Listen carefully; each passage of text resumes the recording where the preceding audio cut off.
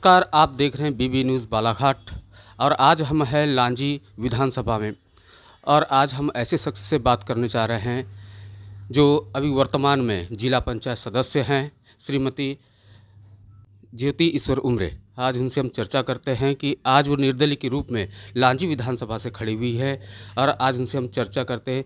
जी बताएं, आप निर्दलीय के रूप में आप खड़े हुए हैं। आप किस तरीके से आपका चुनावी मैदान में उतरे हैं आप, तो किस तरीके से आपका चुनाव की रणनीति रहेगी? अभी जो मेरा एक उद्देश्य चल रहा है, जो मैं संकल्प यात्रा लेकर चल रही हूँ, नशा हटाओ बेटा बचाओ, वो गांव-गांव में टीम बन करके उसी उद्देश्य पर मैं ये चुनाव लड़ने जा रही हूँ।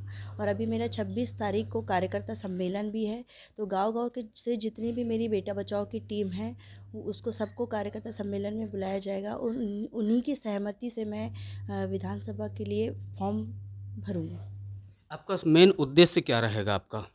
मेरा सबसे मेन उद्देश्य है, सबसे पहले तो जो मेरा नशा हटाओ बेटा बचाओ, एक शिक्षा पर और स्वास्थ्य पर, मेरे ये 3 उद्देश्यों पर मैं चुनाव लड़ूंगी। अगर अभी आप चुनावी मैदान में उतरी हुई हैं, तो आपके क्या वादे रहेंगे कि जनताओं के बीच में किन बातों को लेकर के चलेंगे आप? मैं जो मेरा उद्देश्य है, पहला जो मैंने आपको अभी बताया, नशा हटाओ बेटा बचाओ, और जो स्वास्थ्य विभाग में जो महिलाएं जाती डिलीवरी के लिए, जो उनको स्वास्थ्य की सुविधाएं नहीं मिल पा रही है, उसके लिए और अच्छी शिक्षा होना चाहिए और अच्छे रोज़गार हमारे बेटों को मिलना चाहिए। क्योंकि जो अभी लाडली बहना जो योजनाएं निकाली है, मुझे ऐसा लगता है कि जो समूह के माध्यम से जो महिलाएं गांव-गांव में हैं, उन महिलाओं को 1,000 न देते हुए अगर छोटे-छोटे स्वरोजगार दिया जाए, तो मुझे लगता है कि वो आत्मनिर्भर बनेंगी। और हमारे यहाँ पर मैग्नीज़ है और यहाँ से जो बाँस जाता उत्पादक होता है, अगर यहाँ छोटा सा कागज़ कारखाना खुल जाता, तो जो पलायन करके यहाँ बेटे जाते हैं बाहर, उनको जाने की ज़रूरत नहीं पड़ती। कि क्या लगता है, क्या रोज़गार के इसमें क्या लगना चाहिए यहाँ पर लांजी क्षेत्र में? जो हमारे यहाँ पर है, उसे तो छोटा इंडस्ट्री खुलना चाहिए और यानी स्वरोज़गार दिलाने के लिए हमारे जो नवयुवक है, उनको ट्रेनिंग वगैरह देना चाहिए कि वो खुद सेल्फ स्वरोज़गार खोल सके। अगर आप पलायन की बात करें, अपनी जिस चीज़ बालाघाट ज़िले में सबसे ज़्यादा पलायन होते हैं लांजी क्षेत्र से, जो कि अपना धान का कटोरा भी माना जाता है, लेकिन ऐसी स्थिति में यहाँ के लोग यहाँ से पलायन करते हैं। इस पर क्या कहना चाहेंगे? वही तो मैं कहना चाह रही कि अगर यहाँ पे कागज़ कारखाना खुल जाता, कि आज से पहले दिलीप भटेरी जी जब वो विधायक थे, उन्होंने एक घोषणा की थी कि यहाँ से जो एक नंबर 1 का जो बाँस बाहर जाता है, उसके लिए यहाँ कागज़ कारखाना खुलना है, वो तो घोषणा में ही रह गई। अगर वही यहाँ खुल जाएगा, तो मुझे लगता है सभी जो बच्चे बाहर जाते हैं, कई बच्चे तो ऐसा है कि बड़ी-बड़ी बिल्डिंगों से गिर कर के उनकी हत्या हो जाती है। तो ऐसे इसमें अगर यहाँ इंडस्ट्री खुल जाएगी, तो हमारे बच्चों को बाहर जाने की ज़रूरत नहीं पड़ेगी। अभी देखा जाता है जैसे कि लांजी क्षेत्र एक धान का कटोरा है और जिसमें समर्थन मूल्य की बात करें, तो किसानों को कितना समर्थन मूल्य देना चाहिए सरकार को? समर्थन मूल्य अच्छा मिलना चाहिए, ताकि वो अपना जीविका अच्छे से चला जाए।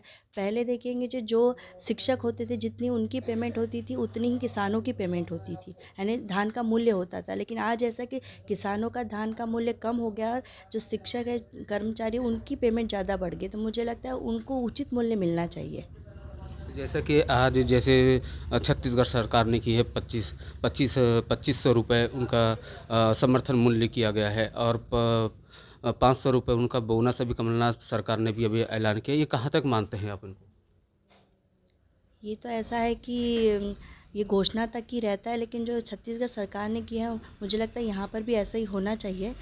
और जितना अच्छा किसानों को मिलेगा, और मुझे लगता है कि जैसे यहाँ धान का है, तो उससे अच्छा किसानों के लिए और अलग टाइप की खेती करने के लिए उनको प्रोत्साहित करना चाहिए, कि ताकि और ज़्यादा इनकम किसानों को हो। ये क्षेत्र ज़्यादातर देखा गया है अभी बीच में कि ये डबल मनी लॉन्ड्रिंग का बहुत ज़्यादा चला है इस पर अभी। तो जो डबल मनी जो मामला है, वो कहाँ तक कितना आपको इफ़ेक्ट करेगा इस क्षेत्र में चुनावी मैदान में? हमारे लांजी क्षेत्र का तो सबसे बड़ा मुद्दा तो डबल मनी का ही है। मुझे ऐसा लगता है कि जिस डबल मनी के कारण हमारी जनता बहुत ज़्यादा परेशान है। हर किसी व्यक्ति का पैसा उसमें लगा हुआ है, चाहे वो मज़दूर है, उसने अपनी, किसी ने सोना बेच के, तो किसी ने खेती बेच कर के अपने पैसा लगाया है। जिस तरह से माननीय विधायक जी ने विधानसभा क्वेश्चन उठाई थी, तो मुझे लगता है उन्होंने पहले सभी जनता को संज्ञान में लेकर के कि मैं ये विधानसभा क्वेश्चन उठा रही हूँ, आप सभी अपना पैसा निकाल दीजिए। ये अगर किया होता, तो आज हमारी जनता फंसती नहीं। और आज जिस तरह से बहुत बुरी तरह से आप फंस चुके हैं और आगे भी अगर ऐसा हुआ तो मुझे लगता है कि पता नहीं क्या होगा डबल मनी का। और हमने भी कई बार प्रयास किया कि इस मुद्दे को उठाने का, 2-3 बार हमने धरना प्रदर्शन भी दिया और मैंने मुख्यमंत्री को भी ज्ञापन दिया था इस डबल मनी को लेकर के, लेकिन उसका कोई ये नहीं आया। मैं चाहती हूँ कि सबको पैसा मिलना चाहिए डबल मनी का। अभी देखा गया है जैसे अभी लांजी में देखा गया है कि घरों के सामने में वोट नहीं तो नोट नहीं लेकर के ये सारी चीज़ें चल रही है अभी। इस जी। इस पर ये जो लोगों का कहना आ रहा है कि वोट नहीं तो नोट नहीं, ये कहाँ तक ये सच्चाई है? अब ऐसा है कि लोग बहिष्कार करने की जो बात कर रहे हैं, तो मुझे लगता है कि ये तो सार्थक नहीं होता है, क्योंकि इसके पहले भी बोलेगांव बेनी गांव में भी ऐसा हुआ था कि जब पंचायती चुनाव था, उस समय भी बहिष्कार करने की, एक वोट नहीं तो नोट नहीं जो कह रहे हैं, लेकिन इससे नहीं होता। हमको जब तक सत्ता परिवर्तन नहीं करेंगे तब तक कुछ नहीं हो सकता है। आप चुनावी मैदान में आप उतरे हैं जी। आपका मेन उद्देश्य क्या होगा अगर जीत कर आती हैं आप, तो क्या करना चाहेंगे लांजी क्षेत्र के लिए? मैं सबसे पहले तो जो मेरा मेन उद्देश्य है, मैं अपनी आवाज़ को नशा हटाओ बेटा बचाओ को विधानसभा तक पहुंचाना चाहती हूँ, क्योंकि सबसे ज़्यादा विकास जो पतन होता है, सबसे बड़ा कारण है नशा। अगर कोई भी एक व्यक्ति अगर रोजगार यानी सर्विस में होता है, किसी चीज़ में होता है, अगर वो नशे में जाए तो वो उसका घर पूरा बर्बाद हो जाता है। तो मैं सबसे बड़ा मुद्दा मेरा नशा हटाओ बेटा, और दूसरा है कि यहाँ पे स्वरोजगार लाने की मैं कोशिश करूँगी।